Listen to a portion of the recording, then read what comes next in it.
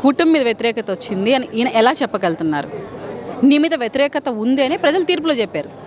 సంక్షేమ పథకాలు నువ్వు ఇచ్చానంటున్నావు, మళ్ళీ ప్రజలు నీకు బ్రహ్మరథం పట్టాలి. ఈసారి వై నాట్ 175 అన్న మాట నిలబెట్టుకొని ఉండాలి నువ్వు. మరి 11 ఏందండి, 11 ఎంతకన్నా నీచమైన తీర్పు ఇంకెప్పుడు రాష్ట్ర రాజకీయాల్లో ఉండదు.